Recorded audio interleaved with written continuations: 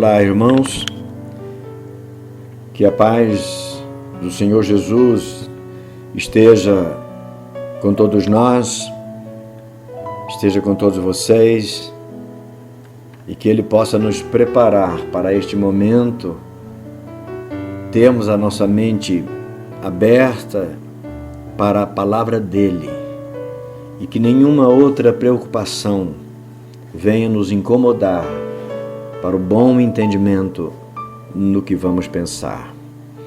Nesta oportunidade, nós estaremos pensando sobre o estudo bíblico que teremos na primeira parte do culto do sábado, dia 6 de maio, primeiro sábado do mês de maio, no momento da escola bíblica, a primeira parte do culto que nós prestamos a Deus em cada sábado. E você é bem-vindo para este momento. O nosso desejo é que o Espírito Santo possa nos auxiliar a todos a entendermos a palavra que Ele inspirou homens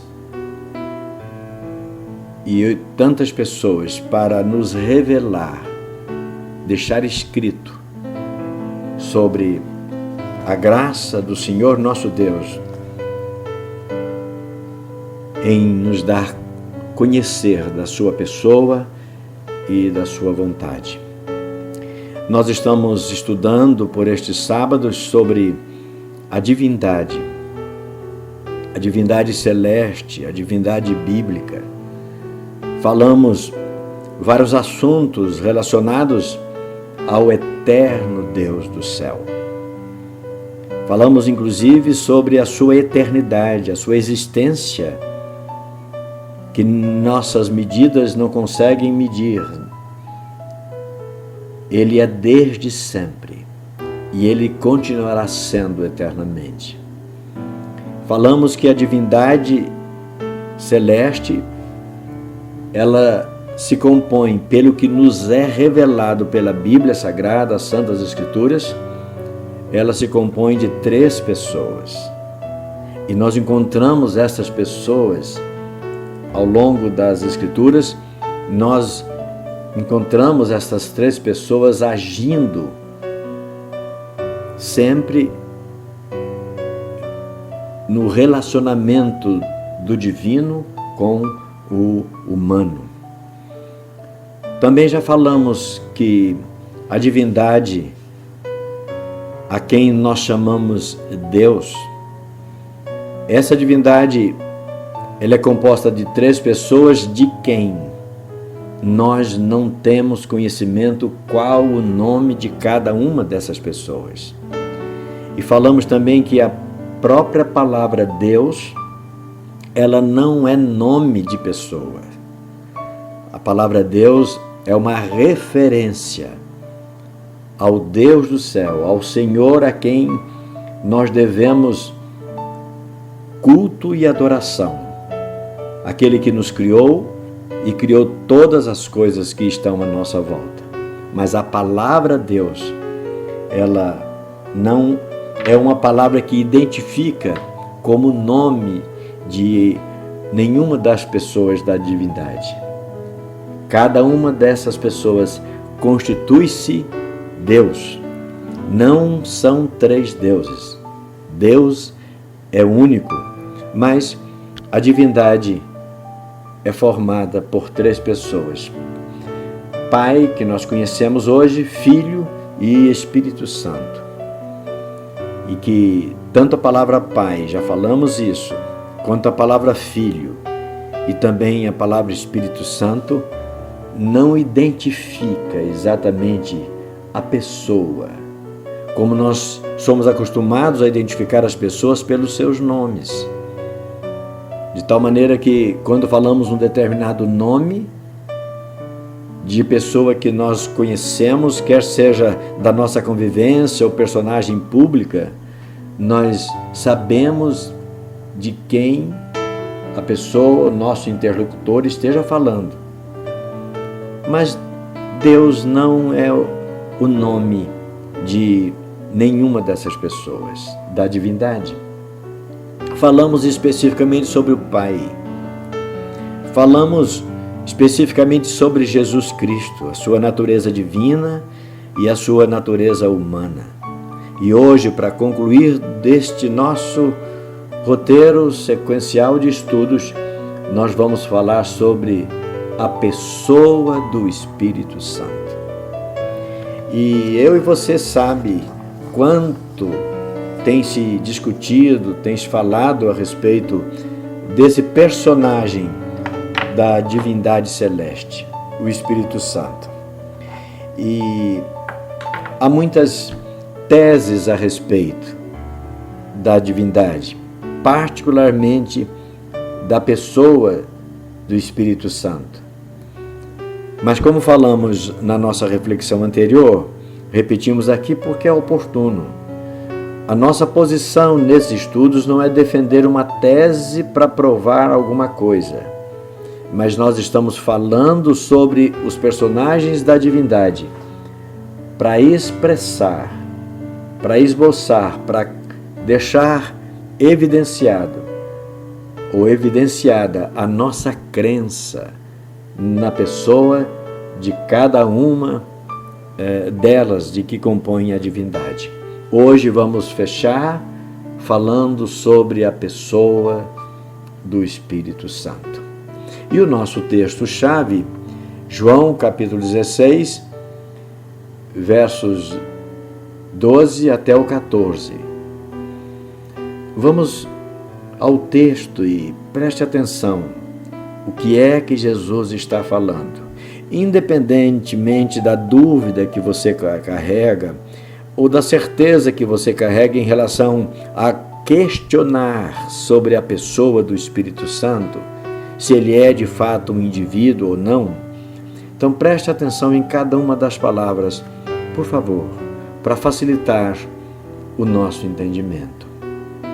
Jesus disse aos seus discípulos assim: ainda tenho muito que vos dizer, mas vós não o podeis suportar agora. Jesus está dizendo, se eu falar tudo o que vocês precisam aprender ainda para serem minhas testemunhas, meus fiéis discípulos, se eu falar agora, vocês não estão preparados. Mas, quando vier aquele Espírito de verdade, ele vos guiará em toda a verdade, porque não falará de si mesmo, mas dirá tudo o que tiver ouvido e vos anunciará o que há de vir. E concluí aqui no verso 14 desse trecho que tomamos: ele me glorificará, porque há de receber do que é meu e vou-lo-á de anunciar. Eu peço que você dê atenção para as palavras de Jesus aqui. Dissemos que o nosso propósito não é provar alguma coisa, mas é expressar a nossa crença. E aqui está o fundamento da nossa crença. Não estamos professando a nossa crença com base em algum sentimento ou em alguma coisa que a gente simplesmente imagina ser. Mas olha o que Jesus está falando. Quando vier aquele Espírito de verdade, veja o que ele vai dizer a seguir: ele vos guiará em toda a verdade. É um agente de companhia, de direção. Ele não falará de si mesmo. Irmãos, quem fala é um personagem, é alguém. Ele dirá tudo o que tiver ouvido. Veja só, ele vai dizer do que ele ouviu e ele vai anunciar o que há de vir. Anunciar. Anunciar é dizer com palavras por inspiração de alguém que vai revelar qual é a mensagem. Ele vos anunciará o que há de vir, e mais, ele me glorificará, porque há de receber do que é meu, e ele vai anunciar para vocês. Vamos imaginar assim: se esse fosse o único texto que fizesse referência ao Espírito Santo, esse único texto seria suficiente para nós crermos que o Espírito Santo é uma pessoa individual.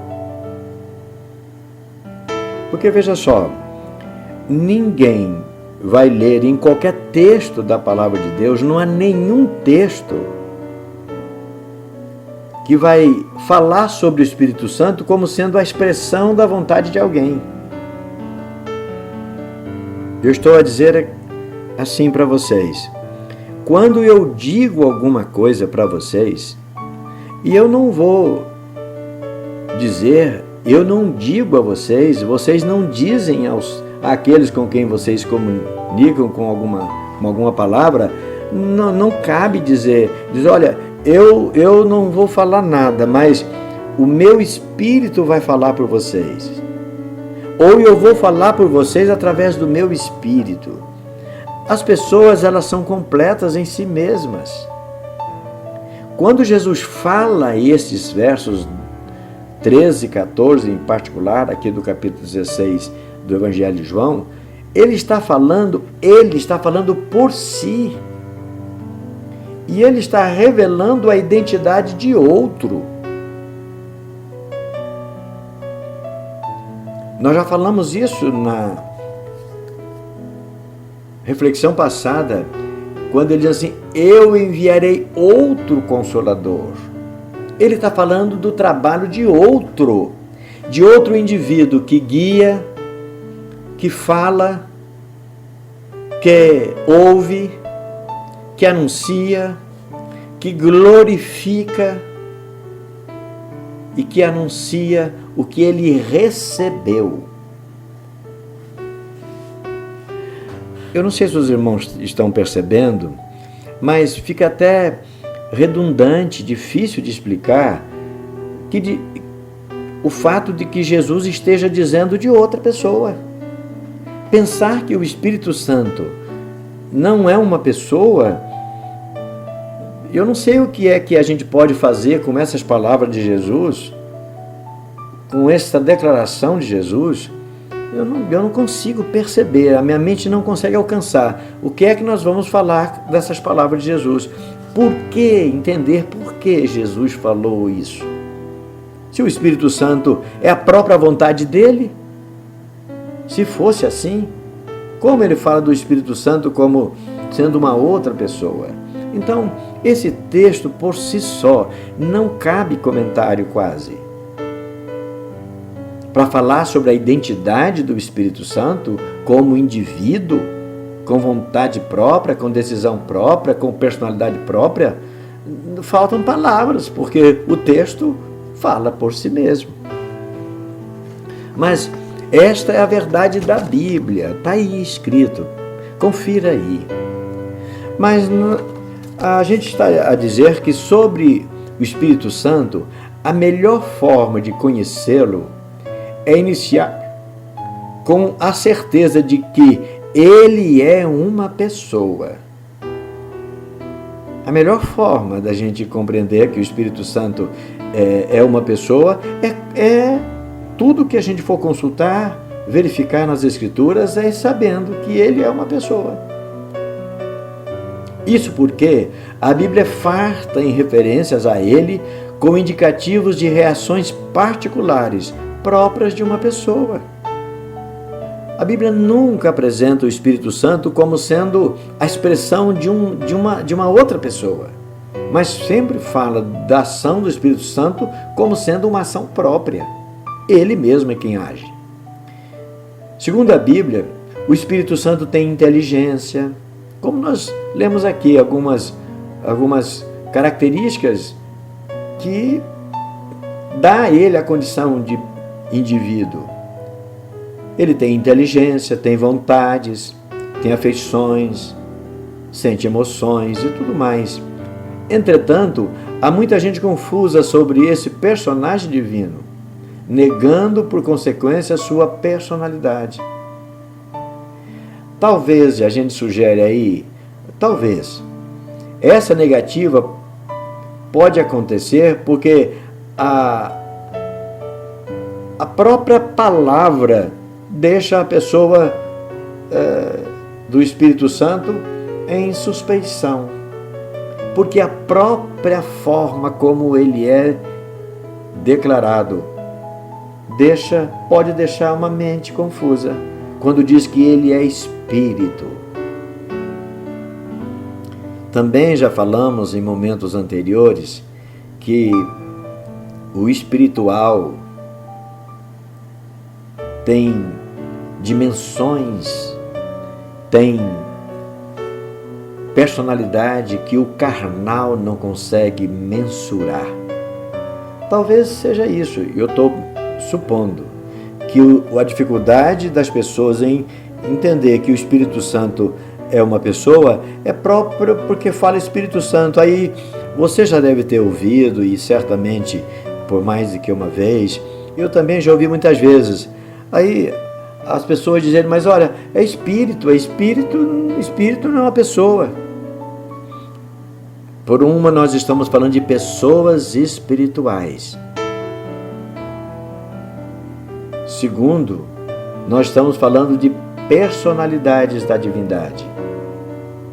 E se espírito não é o nome de uma pessoa, filho também não é. Considerando apenas a palavra de Jesus, quando ele diz Pai, Filho e Espírito Santo. A palavra filho não é nome de pessoa e nem a palavra pai. Se nós formos olhar pela questão do nome, então ninguém tem nome, e de fato não tem. Quanto ao Espírito Santo, o próprio Jesus falou para a mulher na beira do poço, lá na cidade de Sicar, que nós conhecemos como a mulher samaritana. Ele vai dizer, respondendo à mulher, ele vai dizer, Deus é Espírito. Portanto, Jesus fala isso que nos dá a firmeza de afirmar que o Espírito Santo é Deus. É um componente da divindade. E então as pessoas dizem que o Espírito Santo é uma força impessoal ou simplesmente uma metáfora bíblica para falar sobre o poder de Deus. Não. O poder de Deus não fala, o poder de Deus não ouve, o poder de Deus não anuncia, o poder de Deus não glorifica, o poder de Deus não recebe de outro, o poder de Deus não anuncia. Não é? Evidentemente, isso é um erro, pois as Escrituras somente falam sobre ele como uma pessoa. Aliás, ela não somente fala sobre ele como uma pessoa individualmente, mas também como sendo ele uma das 3 pessoas que formam a divindade. A gente cita aí Mateus 28, 19. O próprio Jesus vai falar, batizai aqueles a quem vocês evangelizarem em nome do Pai, do Filho e do Espírito Santo. Quando Paulo conclui a sua segunda carta aos Coríntios, no capítulo 13, o verso 13 também, ele despede-se das pessoas dizendo exatamente isso, a graça do Senhor Jesus Cristo, o amor de Deus nosso Pai e a comunhão do Espírito Santo seja com todos vocês. Ele fala assim. Ora, se o Espírito Santo não fosse uma pessoa distinta, fica sem sentido o que Paulo falou. Porque quando nós falamos do amor de Deus, nós estamos falando do amor completo. Não é o amor complementado por uma outra coisa. Quando Paulo fala da graça do Senhor Jesus, ele está falando de uma ação divina manifestada pela pessoa de Jesus de uma maneira completa. Não é a graça complementada de alguma forma. E quando ele fala sobre a comunhão, as consolações do Espírito Santo, ele está falando completo também.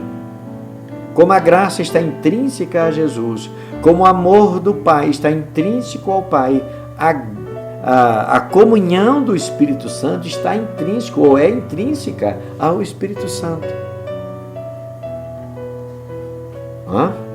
Mas na reflexão 1 a gente vai pedir para fazer que a gente faça a seguinte observação. Aliás, nós temos aqui também, ainda fazendo uma referência, Pedro fala um pouquinho diferente, quer dizer, ele constrói, aliás, uma demonstração sobre as pessoas da divindade um pouquinho diferente, para a gente fazer um exercício aqui. 1 Pedro, que a gente cita aí, capítulo 1 e o verso 2, olha como ele fala assim, falando da igreja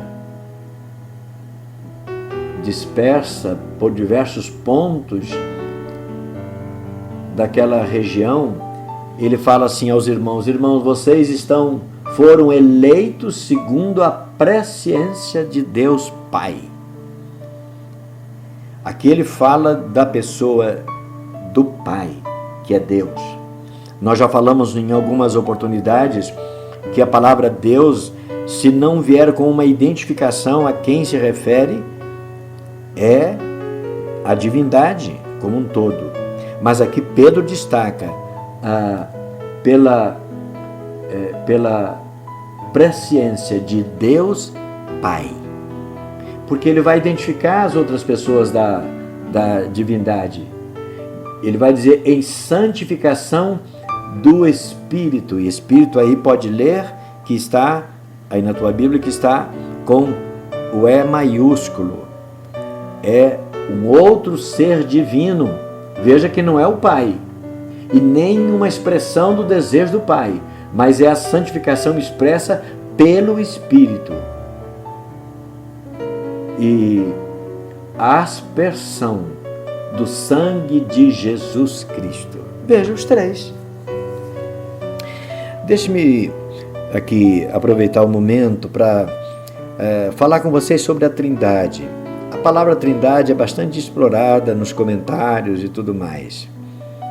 Aí há um esforço por parte de várias pessoas que escrevem porque entendem diferente, têm o nosso respeito, mas entretanto, falando de Bíblia, vai dizer que a Trindade foi invenção de uma denominação lá no decorrer da era cristã, talvez lá em torno de 400, 500 anos, talvez perto de 600 anos depois de Cristo. Trindade não está na Bíblia. Irmãos, a Trindade, a palavra Trindade, não está na Bíblia. Mas ninguém defende a ideia de Trindade para dizer que, citando textos bíblicos, para defender a condição, a aplicação da palavra Trindade. Mas a palavra Trindade é um mero desenvolvimento da ideia de três, Trindade. Não é uma doutrina. A Bíblia não ensina a doutrina da Trindade. A Bíblia fala da divindade e refere-se às pessoas da divindade como sendo mais do que uma e não mais do que três. Portanto, Trindade. Se a divindade for composta de mais do que três pessoas, a Bíblia, o próprio Deus, não nos revelou quantas são, além deles três. Tudo que a Bíblia nos revela sobre a divindade, ela nos revela como sendo três, que nós hoje conhecemos facilmente como Pai, Filho e Espírito Santo. Mas já falamos em momentos anteriores que no período antes de Jesus nascer, a divindade se manifesta. E ela se manifesta como sendo três também. Já falamos isso, citamos o caso de Agar, quando fugia da casa de Abraão e Sara. Ela se encontra com um anjo do Senhor, e depois da conversa dela com o anjo, ela chama assim: este é o Deus que me vê. Portanto, não era anjo, era Deus. Mas veja, anjo do Senhor, a quem ela chamou Deus. Falamos também um caso que nós estamos repetindo para ficar bem gravado, o caso de Êxodo, no capítulo 3, quando Moisés se aproxima da sarça, o anjo falou do Senhor, falou do meio da sarça, e Deus, o Senhor Deus, falou a Moisés: não te aproximes de lá. Ok? Só para esclarecer a questão da palavra trindade. Mas não há nenhum sentido místico nisso. Apenas que a divindade é composta por 3 pessoas. Se for menos do que 3, não tem jeito de entender. Está revelado que é 3. Ou está revelado 3. Se for mais do que 3, a Bíblia não nos fala a respeito disso.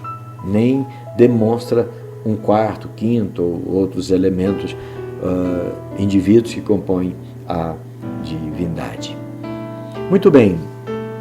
Então, sempre que na reflexão a gente vai dizer que a Bíblia faz referência ao agir do Espírito Santo, nunca a ele se refere como uma força, como uma energia ou como a expressão do desejo de alguém que não seja ele próprio. Sempre que a Bíblia fala sobre a ação do Espírito Santo, fala sobre o agir dele como um personagem autônomo, como um indivíduo.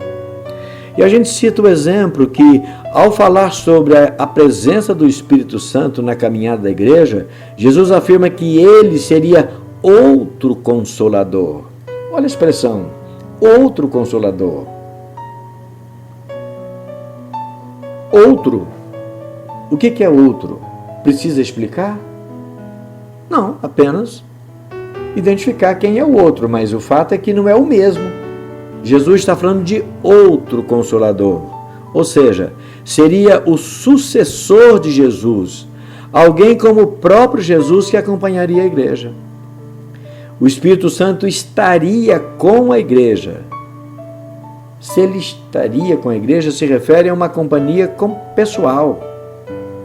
Ele seria alguém conhecido dos discípulos, porque seria tal como Jesus era. É isso que a gente lê em João capítulo 16, versos 16, 17 e 18. Aquele Espírito que eu encaminhar para vocês da parte do Pai, outro, é de outro. Aí na sequência 1, a gente vai associando aí, vai dizer que a palavra consolador citada por Jesus lá no capítulo 16, versos 16 a 18 do Evangelho de João, é a tradução da palavra paráclitos do grego. E paráclito significa advogado, conselheiro, defensor. Olha só, consolador é um personagem que do grego significaria advogado, conselheiro e defensor.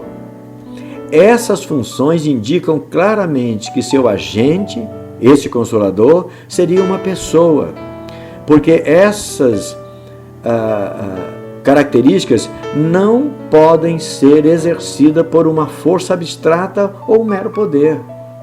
É a ação de quem tem atitude. Aliás, de quem tem atitude.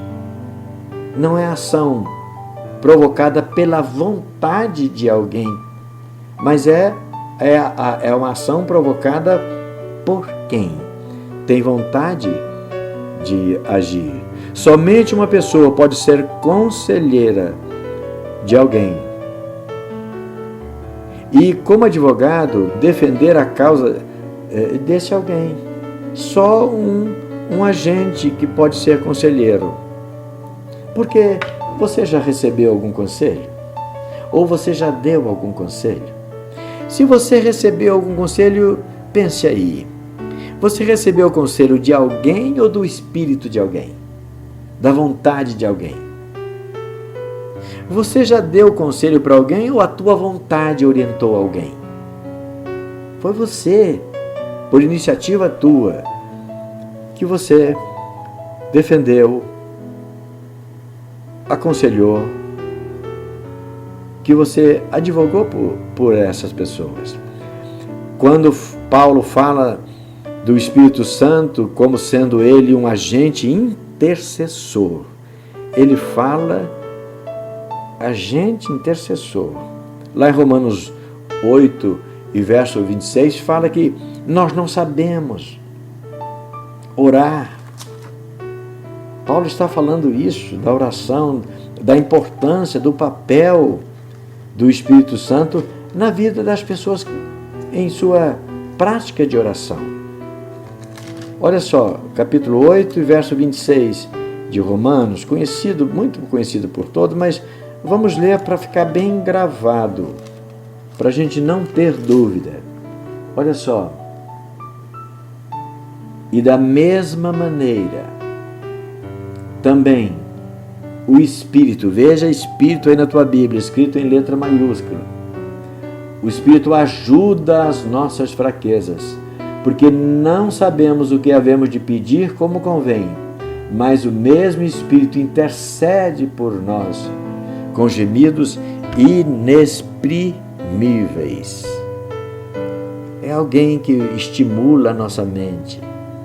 Nós não sabemos orar como convém, mas para atender, para revelar para Deus os nossos sentimentos, carências, agradecimento e necessidade.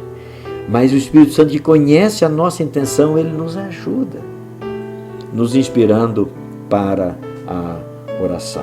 Só um agente individual poderia conhecer este nosso pensar e nos ajudar a expressar esse nosso pensar com palavras através da oração.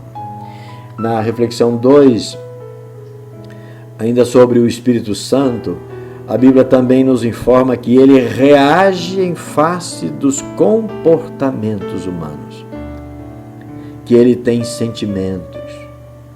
Efésios, no capítulo 4, verso 30, vai dizer: e não entristeçais o Espírito Santo de Deus, no qual estáis selados para o dia da redenção. Ele tem sentimento, não entristeça ele. Ele toma posição. A gente cita aí Atos capítulo 5, versos 3 a 5, aquele episódio que nós conhecemos daquele casal, Ananias e Safira, que mentiram concordemente entre eles para falar sobre o valor de uma propriedade que eles tinham vendido.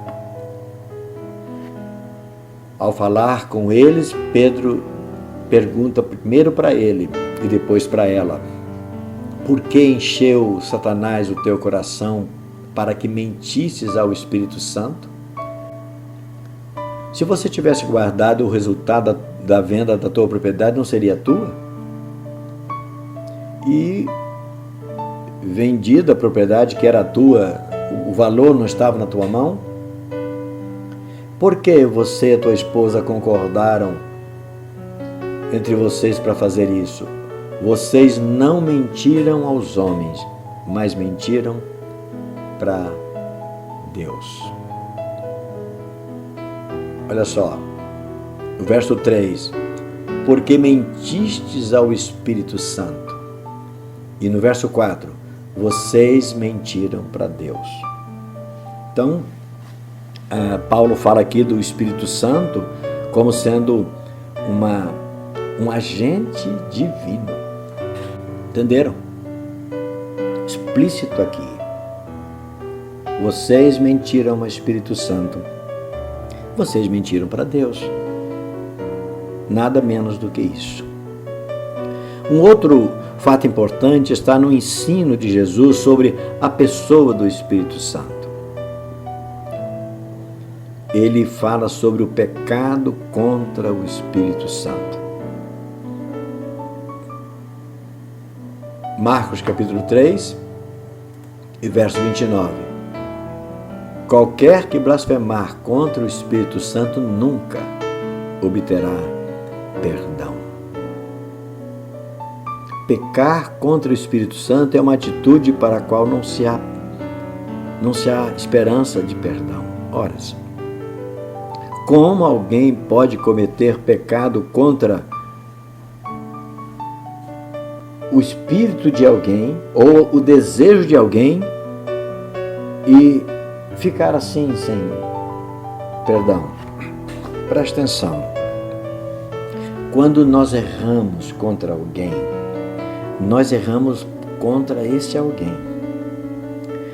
Mas quando nós erramos para esse alguém total. Não há como a gente errar contra uma parte de alguém.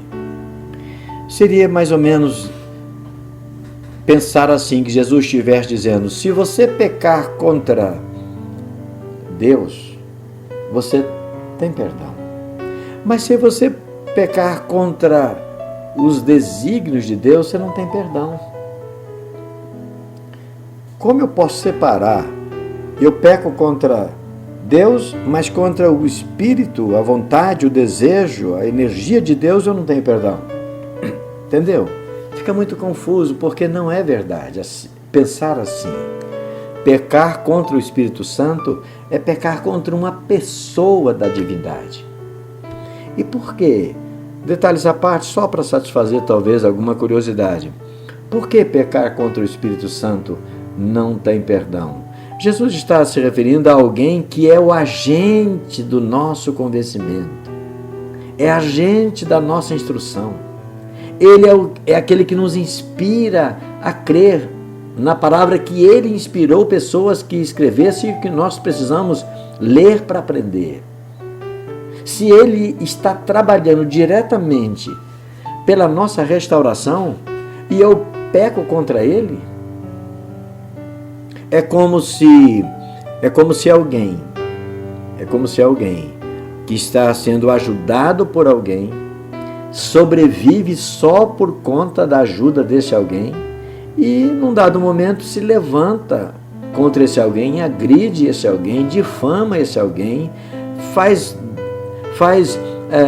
atividades que ofendem esse alguém, depõe contra esse alguém, mas ele só está vivo por causa desse alguém. Então nós só sabemos sobre Deus por causa do Espírito Santo.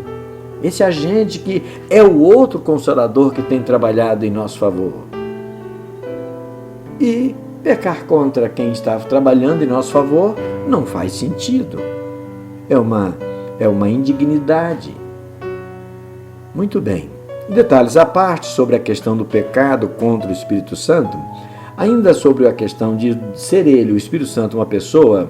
Na sequência 2, a gente vai dizer que ainda sobre a ação do Espírito Santo, que o identifica como uma pessoa individual e com vontades e decisões próprias, a Bíblia afirma que ele distribui dons aos homens, conforme quer ou conforme lhe apraz, conforme seja a sua vontade, conforme seja o seu prazer.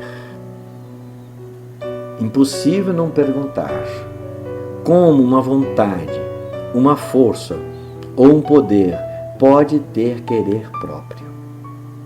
Só tem querer próprio aquele que pensa, que reage, que tem intenções, que tem desejos.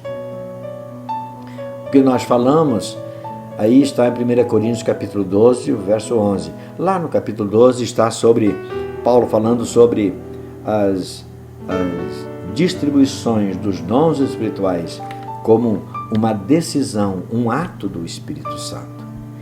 E aí lá Paulo vai dizer, se você for lá para pesquisar, que ele distribui os dons do jeito que lhe dá prazer, como quer. Ou, na expressão que nós bem conhecemos, ele faz isso como lhe apraz. E finalmente, para a gente fechar esse bloco falando sobre a divindade, vamos imaginar aqui na reflexão 3. Mas qual é mesmo o nome do Espírito Santo? Mas antes de você sair em busca desse nome, do nome, qual é o nome da pessoa do Espírito Santo, eu sugiro que você pense. Afinal de contas, qual é o nome dos outros componentes da divindade? Se você tem dúvidas sobre a pessoa do Espírito Santo, porque Espírito não é nome, com razão você pensa assim, porque de fato não o é. Mas qual é o nome das outras pessoas? Deus não é nome de ninguém. Deus é a designação de alguém que compõe a espécie divina. Alguém que pode receber adoração. Alguém de quem a gente tem informação que ele fez todas as coisas, inclusive nós. Que ele sustenta todas as coisas e todos os seres, inclusive nós.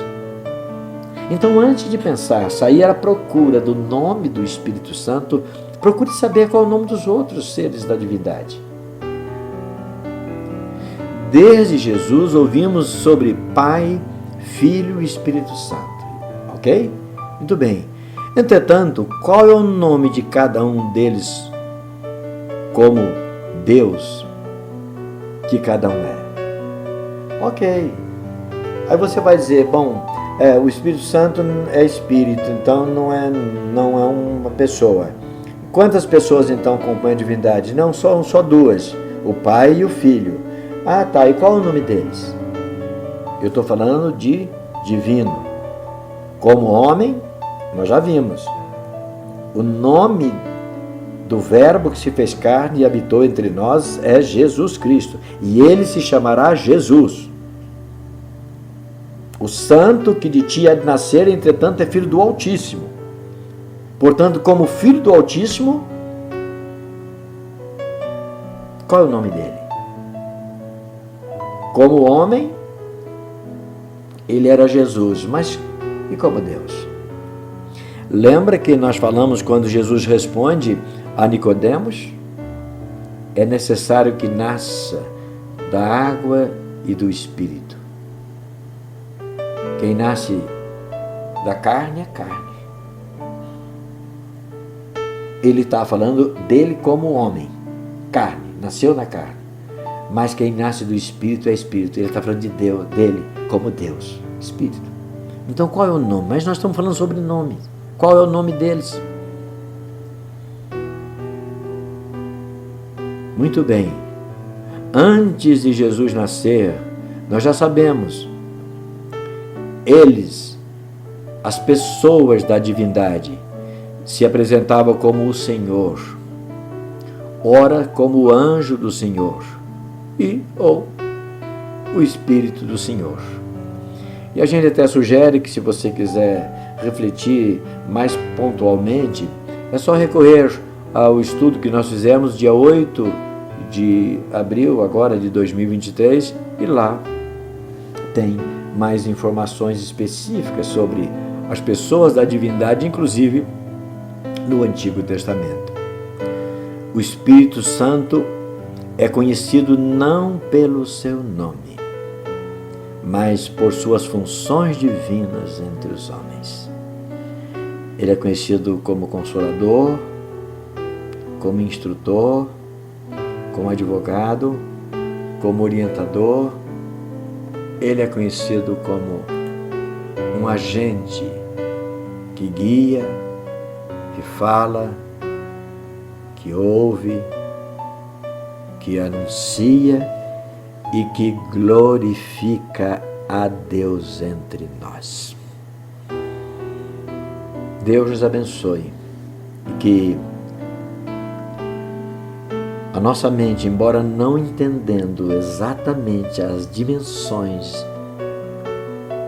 de cada uma das pessoas da divindade, que nós possamos crer nessas pessoas como sendo Deus único e verdadeiro, que nos acompanha, que nos instrui, que nos orienta e que nos promete a vida eterna, porque Ele nos fez a sua imagem e semelhança.